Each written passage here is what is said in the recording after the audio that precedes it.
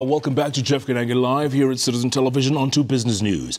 And the United Nations Conference on Trade and Development, UNCTAD, has called out development partners for unfair and biased learning practices towards African countries, stating that it has put them at a disadvantage, forcing African states to pay 8 times more in interest rates compared with developed countries.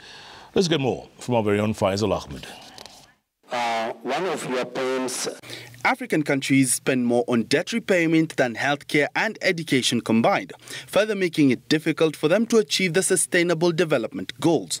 According to the United Nations, this is because African countries pay up to 8 times more in interest compared to developed countries. As I said, it doesn't make any sense that the developing countries, Africa in this case, is paying 8 times the rates that the European countries are paying for the same debt.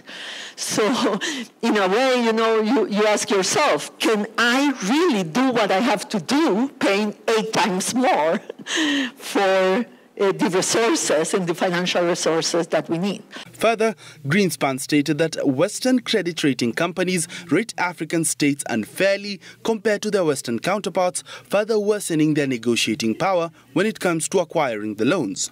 So the perception of risk of the international investors with respect to our countries is distorted by perception, not necessarily by the basics of economics.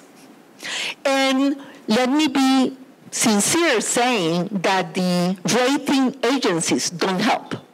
She spoke during the launch of the Economic Development in Africa Report 2023, where UNCTAD unveiled a roadmap on how to transform African countries into a global supply chain hub.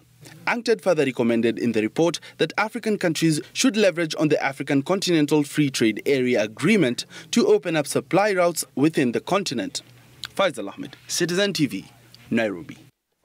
All right, Faisal, thanks so much for that. Now,